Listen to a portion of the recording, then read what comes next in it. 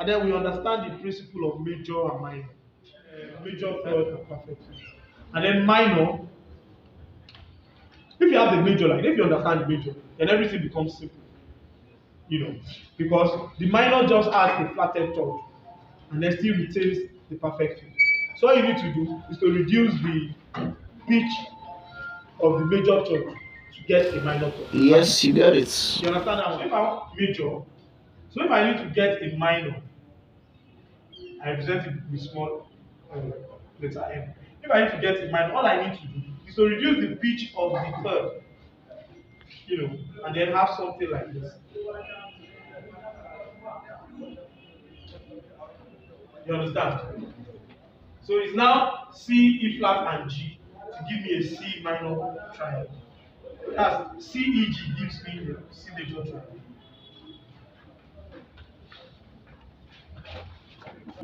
C, D, C, E, and then G. That's your major triad in the key of C, or C major triad. Alright? Now if I need to play a minor triad, all I need to do is to lower the pitch of this E, playing this. You understand?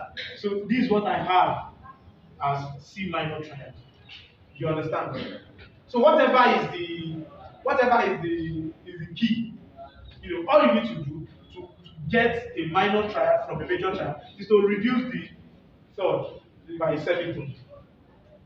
You understand now? Yes. So let's say G, B, and then D. This is a G major triad. So for me to have a G minor, I just reduce this.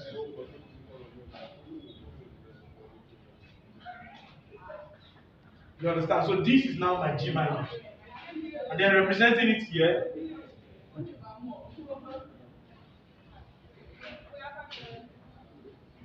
Okay, so in this case now we have, G, B, and then D. This is G major triad. So if I'm going to have a G minor, I'll play this. You get it? So mathematically, that's how it's represented. Construct a major triad. You get it, you get it, you get it. Good. Okay. So the other is diminished. Like I said, if you understand how the major works, you understand everything. Now to get the minor, what we did is to reduce the pitch of the third by a semitone. Right? So we're having a root, a flatted third, and then a perfect fifth for a minor triad. Now for diminished, I'll use this. So for diminished, what we do is, aside reducing the third, also reduce it. You understand? So we have something like this. C, E, G, and so I have this. That's the You understand? Okay. So that means that if I'm playing C, E, then G, if I'm playing C, E, G for major, and I need to play a diminished triad, what will I do? I'll reduce this first, Abi. Yes, sir. Playing this, and then I reduce this next. Playing this. You understand? Yes. So that's diminished. There's no guessing. That is it. So when you get to your piano, whatever way it sounds, accept it. Whatever way it sounds, accept it, accept it, right, so that's the principle. So whatever chord you are in, let's say A flat, right? It's the same principle. Don't get lost. A flat is A,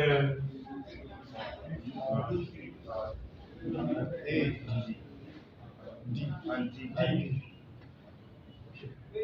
Say A flat. Am I correct? No. Please. Yeah. Okay, so A flat.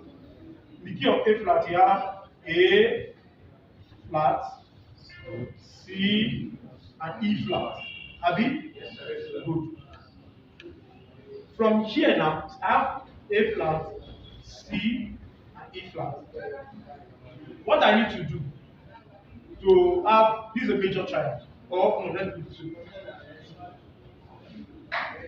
A flat, C, and This way is easier. Abi?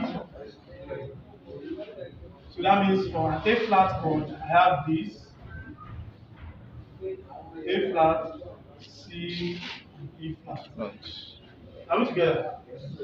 So if I have to construct an A flat minor triad, the principle is that I will reduce the third. Alright? So this becomes flatting. And then I have a C flat there, and then when we come to the piano, let's see it on the piano. Don't forget this is now it's becoming a minor. I will reduce this. I'll reduce this. I have a C flat, or okay, we will have a B for the sake of understanding. So this now becomes pa. Now becomes A flat minor. You understand? Good. Now if you are going to have a diminished, so we have A flat,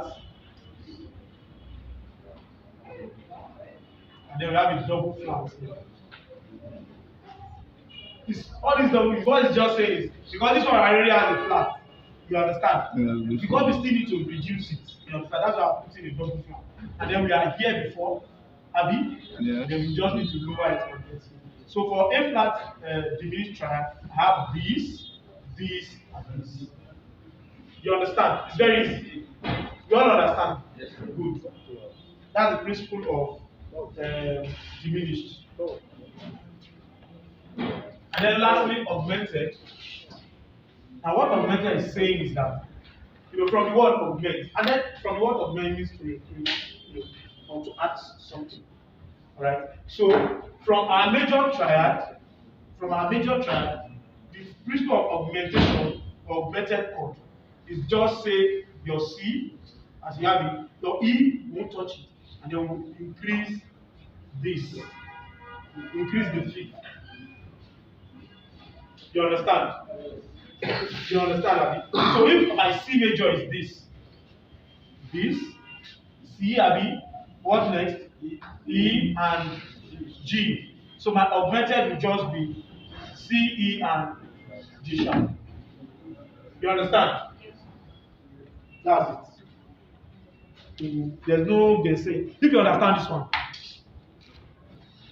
no, sincerely, the knowledge is not changing. Like this triad is the same.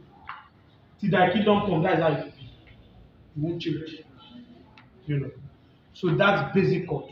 Everybody understand? Real. Yes. Having learned all of this, the principle of primary and secondary chords is as simple as the primary chords are just the chords that are on 1, 4, and 5 of every scale, of every major scale. No, every scale. But say major scale, every major scale. 1, 4, and 5 of every major scale. So if I have a major scale as, you understand C major very well? Yes. So C, D, E, no, let me put it on. D, E, F, G, A, B, C. Alright, if you have this, and then let's by technical names, you know the technical names of each of them. Technical names with respect to the degrees that each of them have. So this is tonic, supertonic, right. So our primary chords are those chords that are on the tonic, subdominant, and dominant. And chords that are built on this 1, 4, 5 are the primary triads or the primary chords, as the case may be. So here I have C, E, blah blah blah.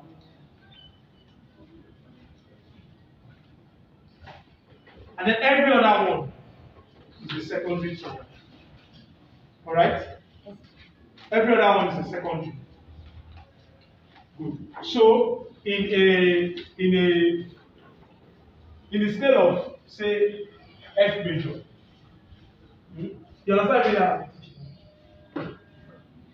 What are the secondary triads in the scale of F major? Secondary triads in the scale of F major.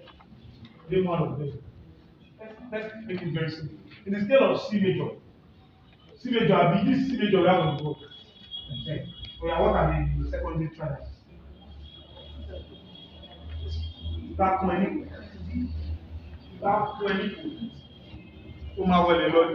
Oh yeah, vanilla. What are the secondary triads? Scale of C major. I want to explain for the last time. If you understand, good for you. And if you don't understand, still good for you. Okay, the primary triads or primary chords are the chords that are built on degrees 1, 4, and 5 of the major scale.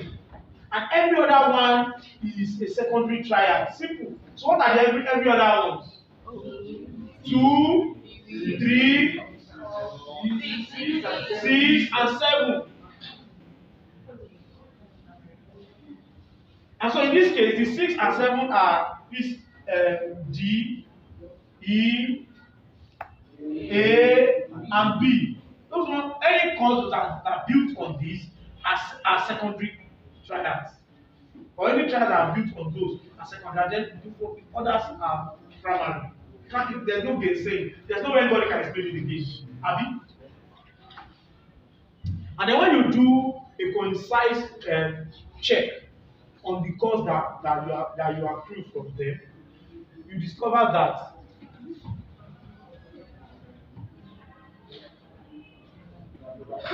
okay, now you are in our manuscripts now. Let's construct C major. Oh no. This is E now.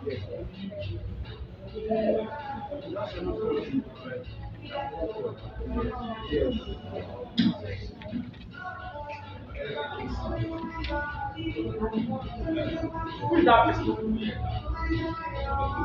That C major is C, E, and G, Abi. Good. Now you can also look at it from this angle. Between C and E, how many semitones do we have? 4 semitones. So it will be 4 semitones, and then between this and this is 3 semitones. Abi? So for us to have a major triad, the distance between the first note and the second note will be 4 semitones. Do you understand what I'm trying to say?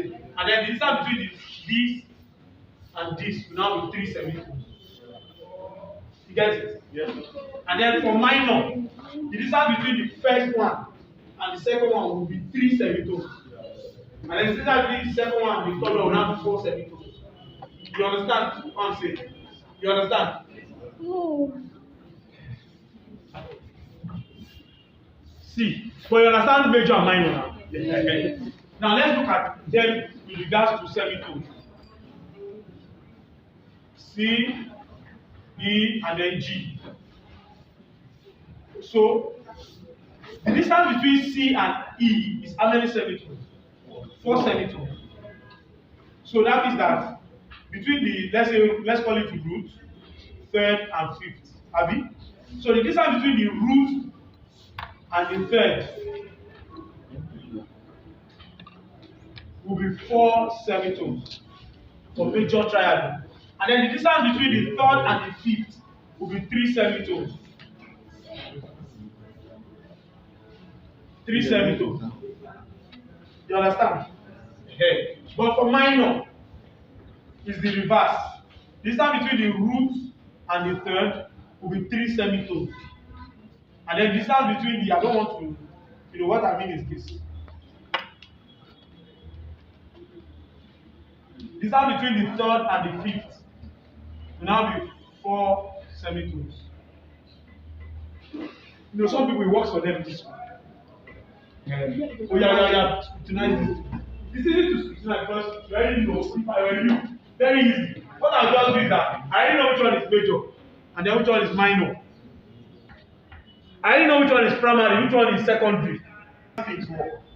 And that's the reason why I gave you assignments. I gave you assignments. This is how it works. If you learn it now, if you learn it now, and then I'm sure even if the dullest person in this class now, at least must have learned something about triad.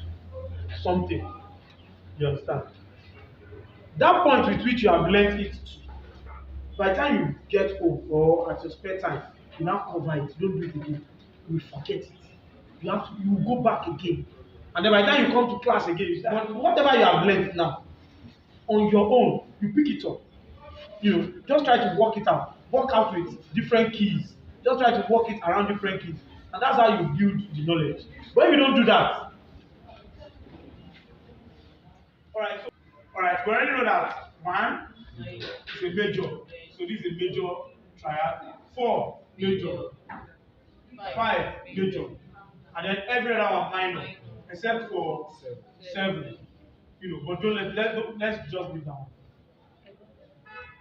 So every other one minor. So easily. No, sir.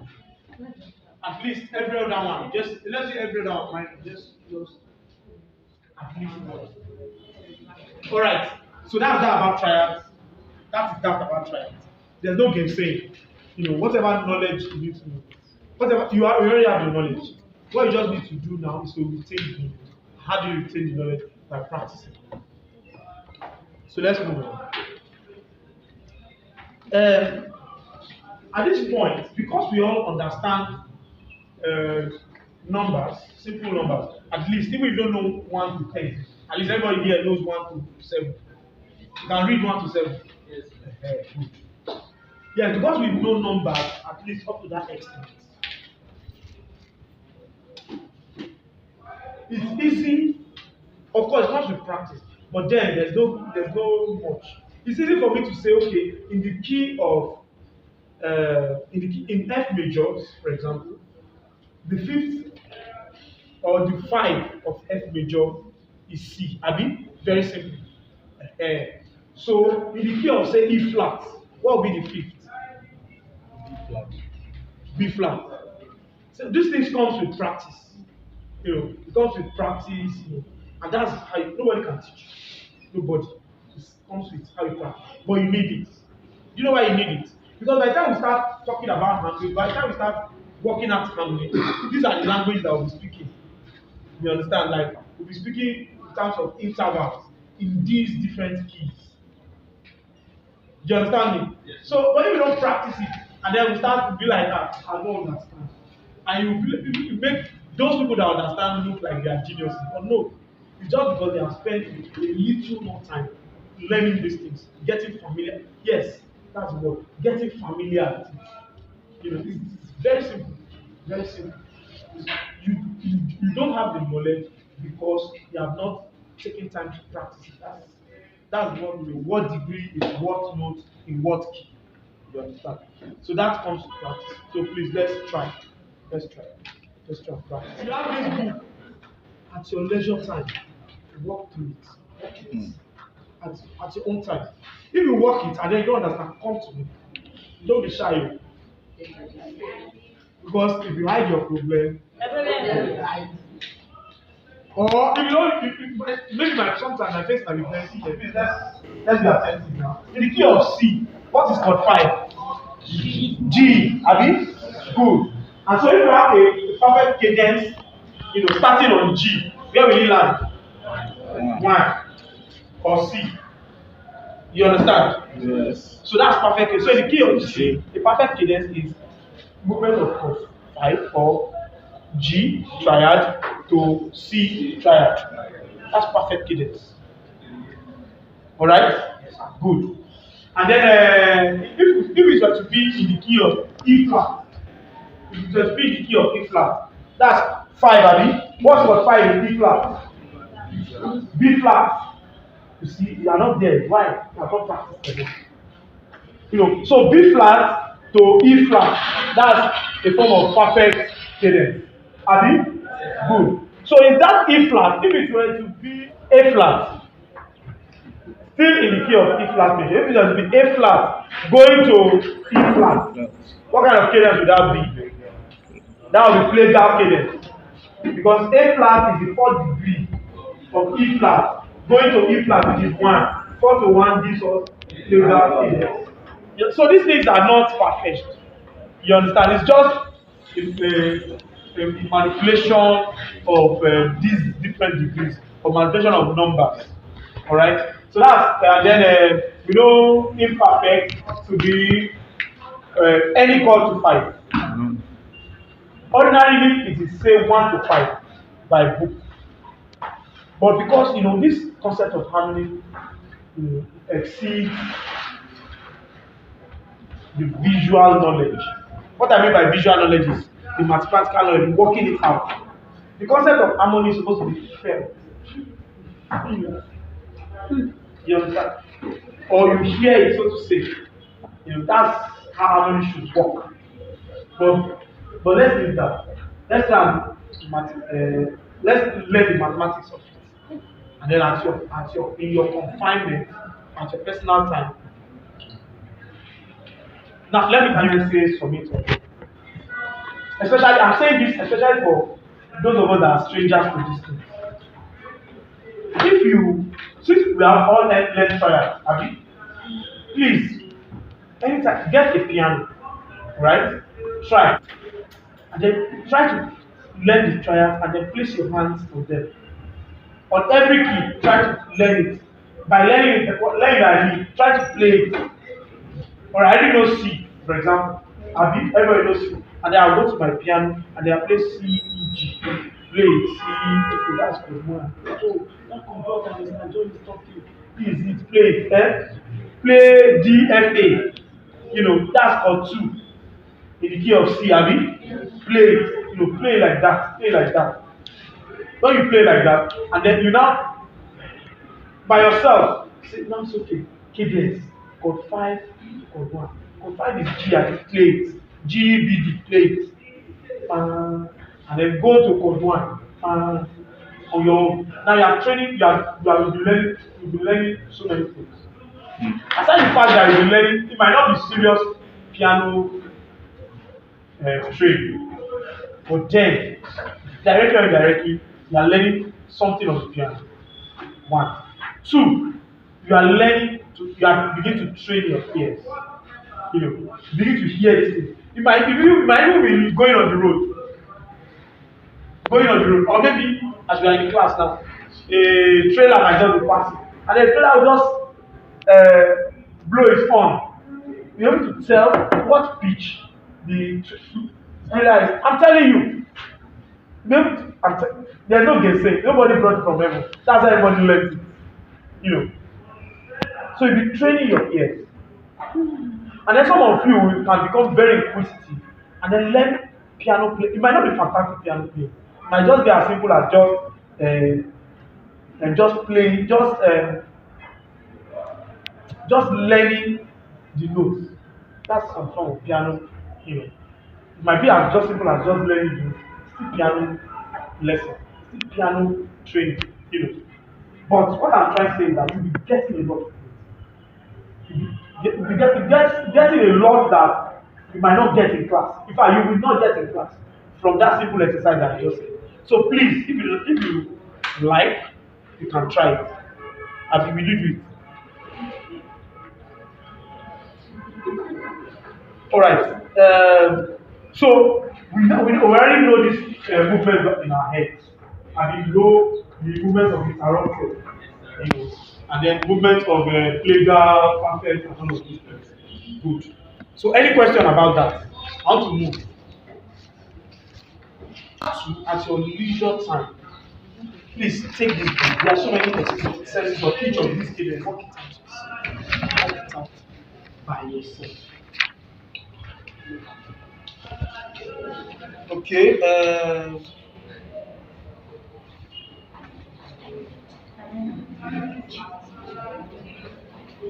Okay, so let's look at everybody. Let's look at perfect rhythm. Right? Perfect rhythm. So what key can we do? What's the problem? That is 5 to 1, Abby. I'm a key of C. So let's say okay, let's just give ourselves root. G here will be somewhere here, and then 1. Now, please, we all know the rules. Try to apply it even in this small context. So this is G here. So what the first thing is to upper part as it goes. So this is G here. What are the notes that constitute the G chord? GVG. Good. So here I have GVG. And then here I have CG. Good. Now so GVG. What note should we put up to soprano part? Yes. Okay, G. So let me put up there. I can put here, but the problem of putting it here, when you start your harmony like that, that means you box yourself. By boxing yourself, that you limit the range at which the part will explore when you have something like that. But when you throw it open like that, you have space. You can move around. But when you start here, you can see the parts will be limited. The movements will be limited. But when you have it far like that, it makes it easy. They can move. Alright. And then of course, C. So what do we put for soprano for C? Okay. So here now, we have exhausted our G. So we have left with B and D. Yes. Good. So B, let's say, in my own case. Now, if I put B here, this is B, I mean. Yes. If I put B here, it will be comfortable. Because if you are plucking out these harmonies, you will be considering the voices. Yeah. So if I put B here, I'm sure it will be comfortable for an alto singer. And then I now put my D, which is also comfortable for a tenor singer. Yes, sir. Now, here I'm left with C and E. You know why? Abi? Yes, sir. Okay. So C and E. So this is B here. If I put C here, an alto singer will sing it.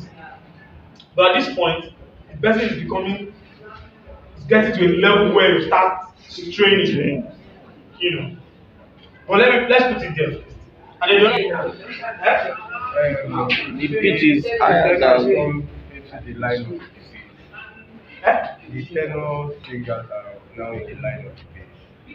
kind of debate no, it's not a fault. It's not a fault. It's just not a fault. It's